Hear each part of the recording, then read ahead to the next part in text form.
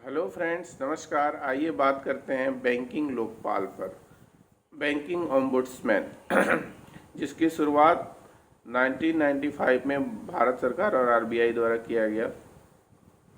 Banking Lokpal में दो बार संशोधन हुए, एक बार 2002 और एक बार 2006 में। और 2006 जो एक ज़्यादा विस्तृत लोकपाल है, जिसमें कि ऑनलाइन शिकायत करने आदि की भी सुविधा है, को लागू किया गया, जो विस्तृत रूप से चल रहा है। बैंकिंग लोकपाल क्यों बनाया गया?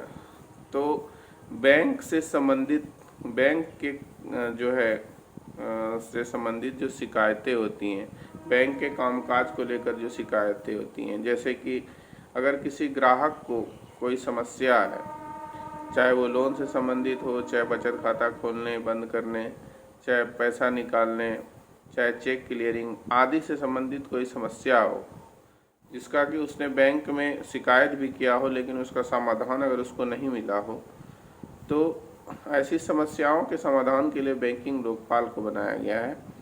इसमें नियम क्या है कि अगर आपको कोई बैंक से संबंधित कोई समस्या हो, तो आप जो है बैंक के जो प्रमुख हैं, जैसे किसी शाखा से कोई संबंधित समस्या हो तो शाखा के जो प्रमुख हैं उनको आप लिखित में आवेदन दें, जो भी आपको समस्या है। अगर 1 माह के भीतर अगर आपकी समस्या का समाधान नहीं होता है, तो आप बैंकिंग ओम्बुड्समैन की तरफ मूव कर सकते हैं।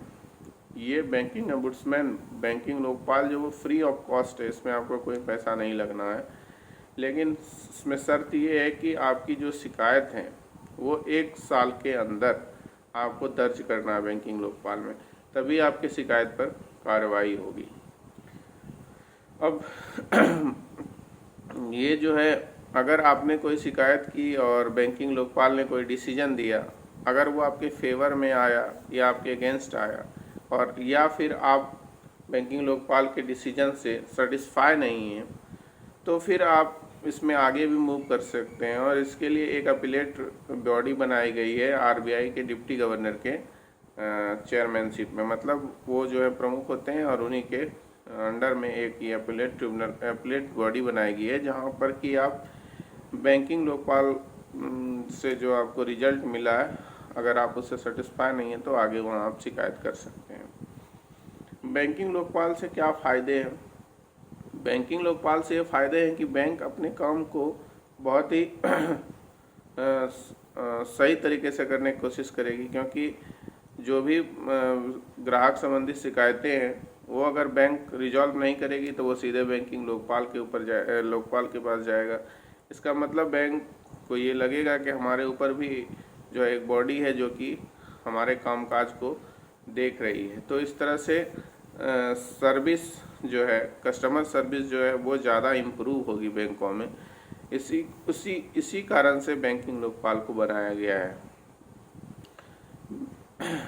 और बैंकिंग लोकपाल से संबंधित यही सारी बातें अभी तक जो है 2006 से जो नए इम्प्रूवमेंट आए हैं उसमें यह है कि आप ऑनलाइन भी शिकायत दर्ज कर सकते हैं, चाहे हार्ड कॉपी में भी शिकायत दे सकते हैं, ईमेल कर सकते हैं, आदि माध्यमों से आप बैंकिंग लोकपाल में अपनी शिकायत को दर्ज कर सकते हैं। तो यही सारे बातें हैं बैंकिंग लोकपाल के बारे में। मुझे लगता है कि आपको समझ में आया होगा।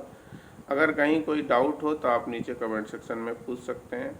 साथ ही साथ मेरे चैनल को लाइक और सब्सक्राइब ना करना भूलें। बैंकिंग से संबंधित सारे टॉपिक आपको यहाँ पर मिलेंगे। धन्यवाद।